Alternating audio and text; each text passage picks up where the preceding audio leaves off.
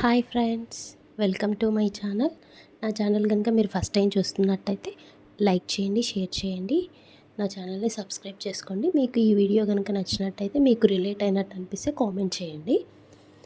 ప్రతి ఒక్కరం కూడా మన అమ్మ వాళ్ళ ఇంటికి వెళ్ళేటప్పుడు ఒక బ్యాగ్తో వెళ్తాం, బట్ రిటర్న్ వచ్చేటప్పుడు మాత్రం ఆ ఒక్క బ్యాగ్తో అయితే అస్సలు రాము. నాకు తెలిసి ప్రతి ఒక్కరు ఫేస్ చేస్తారు.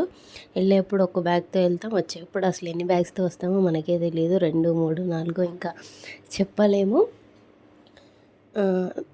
ఇందులో నేనైతే మా అమ్మ వాళ్ళ ఇంటికి రీసెంట్గా వెళ్ళినప్పుడు ఏమేమి తీసుకొచ్చాను అనేది చూపిస్తున్నాను.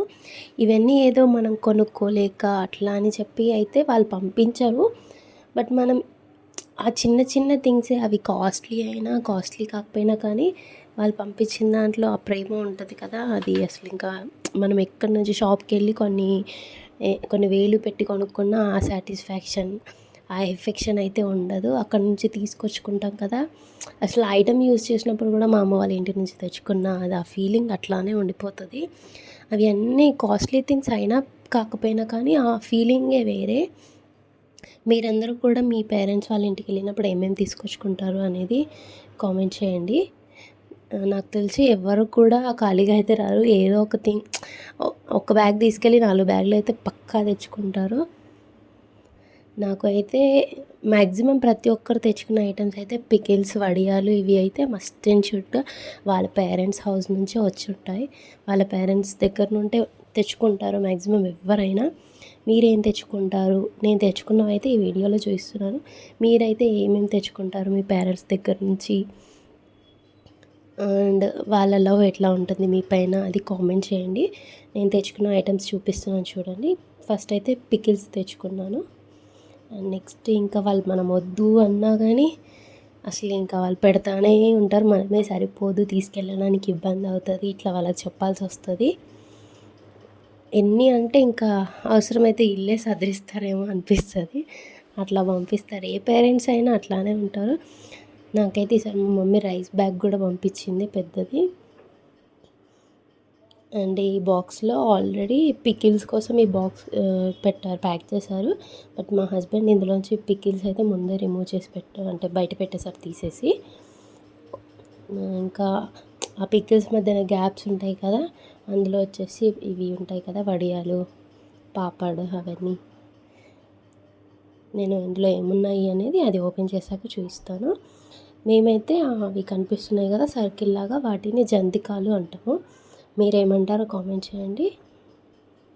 అందులోనే మా మమ్మీ కొంచెం సన్నగా ఉండేవి, లావుగా ఉండేది పెట్టింది. ఇవి వచ్చేసి రాగి వడియాలు. ఈసారి ట్రై చేసిందంట మమ్మీ.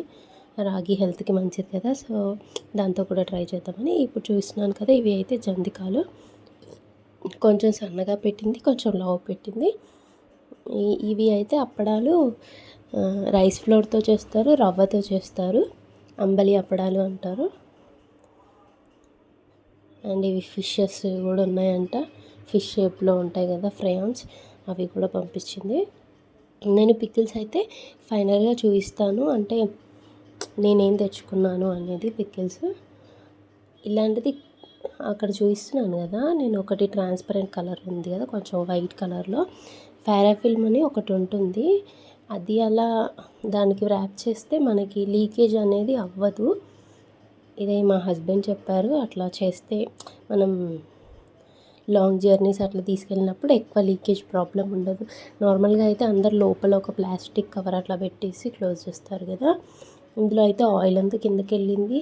అండ్ నేను ఆయిల్ కొంచెం తక్కువగా వచ్చేలాగానే పెట్టమన్నాను తీసుకెళ్ళే బాక్స్కి మాత్రము. అండ్ నెక్స్ట్ ఫస్ట్ చూపించింది వచ్చేసి ఉడికిన సోయి అంటాం మేము.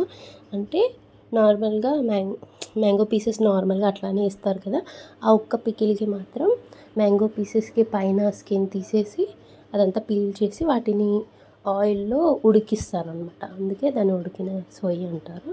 ఇది వచ్చేసి అల్లం సోయి.